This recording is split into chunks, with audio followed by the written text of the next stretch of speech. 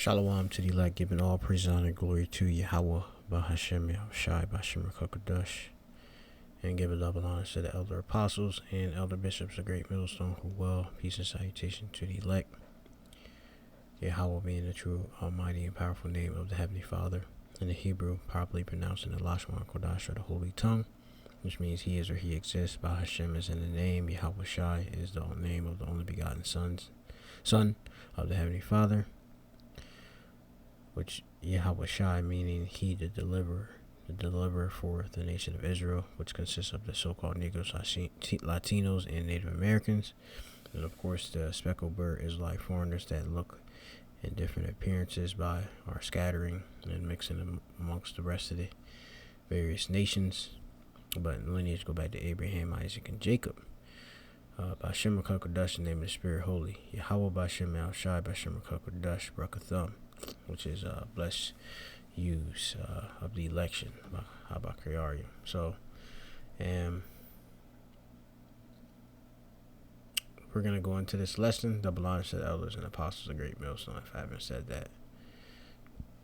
This current events, Americans can't hide from nuclear war. Moscow warns as West Mulls Escalation. The Kremlin, talking about Taiwan within Russia, has issued yet more warnings following a report that the Biden administration could soon greenlight long-range attacks by Kiev forces on Russian territory. That's dealing with Ukraine, right? Which America is help Ukraine as a ally in that Russian region, okay?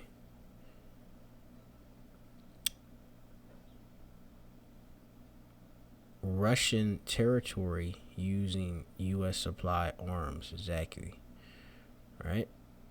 So they're using U.S. supply arms in Russian territory. Both the UK and Canada are on board. Obviously, you could deal with UK and Canada being members of NATO, and you have the eastern expansion of NATO, in which that's why we have this issue right here. We reported earlier that the British Prime Minister Ken Starmer is visiting Washington, where he's directly lobbying Biden to jump on board the Grant Zelensky, that's Ukrainian's leader, urgent request to lift all restrictions on Western weaponry. However, the New York Times suggested that saner minds are prevailing at this point. President Biden's deliberations with Prime Minister Keir Starmer of Britain about whether to allow Ukraine to attack Russia with long-range Western weapons were fresh evidence that the president remains deeply fearful of setting off a dangerous wider conflict, the publication writes. Which that conflict is just getting off World War III. If you can see in this image, you have a map which show missiles being shot off from these other nations and striking basically American targets, okay? ICBM missiles, avant-garde missiles, all right? And that's all biblical prophecy. Yeah, Russia is a very key role in, of course, biblical prophecy and the destruction of America, which is Babylon the Great. This is the book of Revelation, chapter 13 and 1. And I stood on the sand of the sea, and I saw a beast rise up out of the sea, having 7 heads and 10 horns, and upon his horns were horns 10 crowns, and upon his head was the name of it, his heed the name of blasphemy. All right, the 7 heads and 10 horns deals with NATO and the EU. Esau's major governments being the 7 heads. You know, you can go into the French, the Spanish, the British, the Germanic Major, Germanic Minor, and the Romans.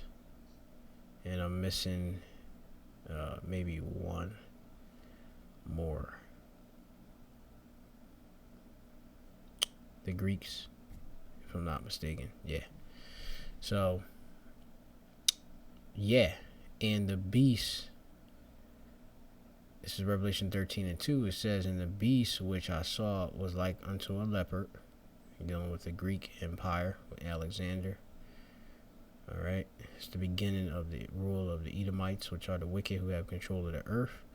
And his feet were as the feet of a bear, which is the end. So this is the beginning and the end. All right, the end of this system as a feet is the end of your body, I mean your extremities. The bear represents Russia. Russia being very solitary. Okay, taken to itself. In his mouth as the mouth of a lion, and the dragon gave him his power and his seat and great authority. All right. So just the point being, Russia being the end. Okay. We are at the end. Going on.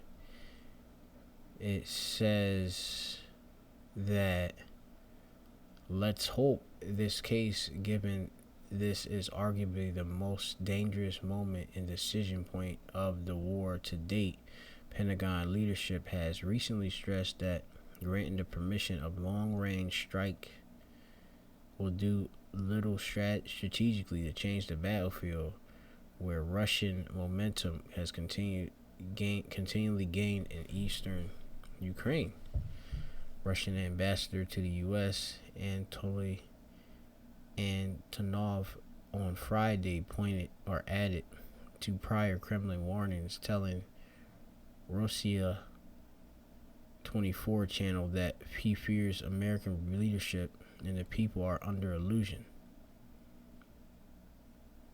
He said that they seem to think if there is a conflict, it will not spread to the territory of the United States of America. And that's American pride, and being who America is. Okay, and prophecy. America, is described in different ways, in which we're gonna get into. Basically be in a land that dwelleth without care, basically too. Now Ezekiel, the 38th chapter, it talks about America being touched by primarily Russia. All right, dealing with Gog and Magog, which Russia is inhabitant of that territory. All right. So when you go into biblical geography and such, Russia is currently in those areas. All right. So you go into it. Ezekiel 38:1, the word of the Lord came unto me, saying, Son of man, set thy face against Gog in the land of Magog, the chief prince of Meshech and Tubal, and prophesy against him. And say, thus saith the Lord Yahweh, I am against thee, O Gog, the chief of prince of Meshech and Tubal, and I will turn thee back and put hooks into thy jaws, and I will bring thee forth. All right, which putting them to hooks in his jaws is he put them back into that old Soviet Union spirit, which is against America. And think about the Cold War and that spirit. Okay, and all thy army horses and horsemen, all of them clothed with all sorts of armor, even a great company with bucklers and shield, all of them holding swords. All right. And we must not talk about Russia's armory, and also how Russia has different various allies underneath them that the Lord will have to attack America as well, and they are strengthening up these other nations as well. Okay, weaker nations are now being made strong by this. All right, so I'm gonna skip down about. It's Ezekiel 38:8. It says, "After many days thou shalt be visited. In the latter years thou shalt come into the land that is brought back from the sword," being America, which America hasn't seen a major conflict such as nuclear destruction. Okay, World War III. Yes, there was a Revolutionary War, all right, which is also biblical, but they haven't seen or being touched on this scale where you have it that nuclear missiles is being shot to destroy her utterly. Okay. It said it is gathered out of many people against the mountains of Israel, which have always been waste, but it is brought forth, out of the nations, and they shall dwell safely, all of them. We'll go to another point. It says, going down, it says, "Thou shalt ascend and come like a storm. Thou shalt be like a cloud to cover the land, thou and all thy bands, and many people with thee. Thus saith the Lord Yahweh, it shall come to pass that at the same time shall things come into thy mind, and thou shalt think an evil thought." And that is to attack America, Russia, all right? Being to the thought being put in Russian leader, it could be obviously Putin, but if it's in this time, which we are in the times of the end, but basically put on Russia's leaders to attack America, all right? And we're dealing nuclear destruction we're talking about. "And thou shalt say, I will go up to the land of unwalled villages," being America, that has a very weak defense system, all right? Despite the fact they think they have all these different advanced weaponry and such, the Lord has mustered the host of the battle. And when it comes down to it, the Lord, his missiles are not going to be hindered back to where it's supposed to be proposed to shoot and hit. All right, the warheads are going to hit America. "I will go to them that are at rest," dealing with America, all right? Also, the land of Israel, all right, "that dwell safely, all of them dwelling without walls and having neither bars nor gates." All right, now you go into it, safety is Batak, which also Batak goes into security and feeling trust. Okay, and they feel trust being the top nation, all right, that everybody looks upon with so much splendor. They think about how America it flourishes, it has a melting pot of people, the best of the best, but they have a destruction that's coming, all right, to them, all right. It says, "To take a spoil and to take a prey, to turn thine hand upon the desolate places that are now inhabited, and upon the people that are gathered out of the nations, which have gotten cattle and goods, and that dwell in the midst of the land." All right. So now we'll bring out also Jeremiah chapter 50. And 1, it says here, "The word that Yahweh spake against Babylon," which is America, place of confusion, "and against the land of Chaldeans by Jeremiah the prophet." Okay, the land of Chaldeans, obviously this is dealing with America, which, the elite of, that run this place are sorcerers, as, and high level sorcerers, not just regular. They're the highest level sorcerers and magi's. All right, you know, which we know Esau is a man that practices witchcraft and all of that, you know, but on a high level. Okay, as in ancient Babylon, the Chaldeans were, right? That particular priest class, all right, are the wisest in Babylon. But it goes on.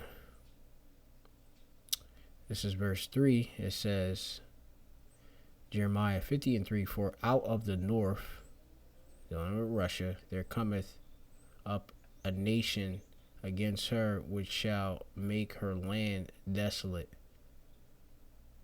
and none shall dwell therein. They shall depart, both man and beast. Okay? You have great destruction that's coming, okay, to America. This is Jeremiah 50:8. Remove out of the midst of Babylon, and go forth out of the land of Chaldeans, and be as the he goats before the flocks. For lo, I will raise and cause to come up against Babylon an assembly of great nations from the north country. All right. And they shall set themselves in array against her.